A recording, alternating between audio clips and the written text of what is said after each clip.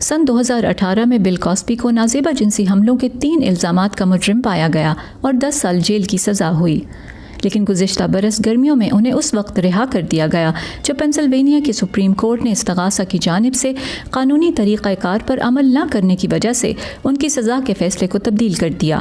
بل Cosby نے درجنوں خواتین کے ان الزامات سے انکار کیا کہ انہوں نے نشے کی حالت میں لا کر انہیں ریپ کیا۔ کامیڈین کماؤ بیل کہتے ہیں کہ we need to talk about Cosby نامی سلسلے وار دستاویزی فلمیں بنانا ایک مشکل فیصلہ تھا۔ جیسا کہ میں نے اس فلم میں کہا، بہت سے لوگوں کی طرح میرے لیے بھی ان تمام چیزوں کو دہرانا آسان نہیں تھا۔ کماؤ بیل نے خود کو کاسبی کے دور کا بچہ کہا، جو ان بہت سے لوگوں میں سے ایک تھا جو بل کاسبی کے پروگرام دیکھتے ہوئے بڑا ہوا۔ ایک کامیڈین کی حیثیت سے وہ کاسبی سے متاثر تھے، لیکن ان انکشافات کے بعد ان کو قبول کرنا انتہائی دشوار تھا۔ میں بل کاسبی کا نام لیتے ہچکچاتا تھا، لیکن اگر میری عمر کا کوئی سیاہ فام امریکی بل کاسبی کا نام نہ لے تو یہ عجیب بات ہوگی۔ پھر میں نے کہنا شروع کیا کہ ایک فنکار جو پہلے کبھی بل کاسبی کے نام سے جانا جاتا تھا، اس سے لوگوں کو تسلی ہوئی کہ میں اس کیس کی حساسیت سے واقف ہوں۔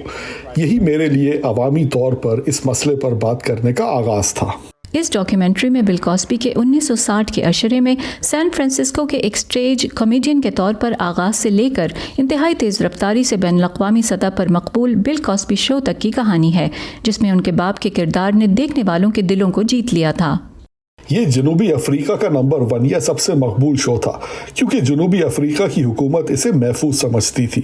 جنوبی افریقہ کے سفید فاموں اور زیادہ تر سفید فام حکومت کے لیے یہ ایک گھریلو مزاحیہ ڈرامہ تھا، لیکن جنوبی افریقہ کے سیاہ فام اسے ایک انقلابی پروگرام سمجھتے تھے، کیونکہ کاسبی نیلسن منڈیلا کے تصورات کی عکاسی کر رہے تھے۔ نواسے اور نواسی کے نام ونی اور نیلسن تھے۔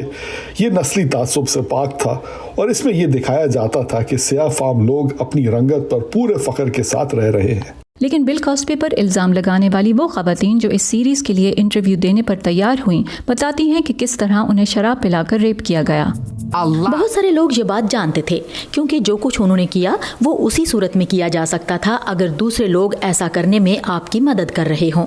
بلند عہدوں پر فائز افراد کام کے ایک محفوظ، مددگار اور مؤثر ماحول پر کسی مقبول ترین پروجیکٹ کو ترجیح دیتے ہیں۔ rolling-stone.com کے مطابق کماؤ بیل کی سیریز کی ریلیز کے بعد بل کاسبی کے نمائندے اینڈریو وائٹ نے انہیں ایک شہرت طلب PR ہیک سے تعبیر کرتے ہوئے کہا کہ بل کاسبی میڈیا کا نشانہ رہے ہیں، جس نے برسوں سے دانستہ طور پر سچ کو مسخ کیا ہے اور اسے چھپایا ہے۔ کوئی بھی اس خلا سے عہدہ برا نہیں ہو سکتا کہ ان کے خیال میں بل کاسبی کون تھا اور وہ خود کو کیا منکشف کر رہا تھا۔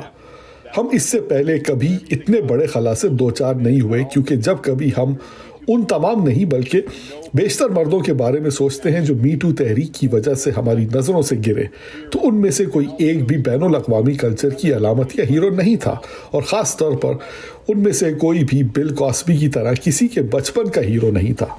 کماؤ بیل کا کہنا ہے کہ دستاویزی ڈرامہ کوئی آسان جواب فراہم نہیں کرتا، لیکن وہ ناظرین کو یہ سوچنے کے لیے کافی کچھ دیتا ہے کہ اس شخص کے ساتھ کیا سلوک کیا جائے جو کبھی ان کے لیے بہت معنی رکھتا تھا۔ پینیلوپی پولو کے ساتھ فائزہ بخاری، وائس آف امریکہ۔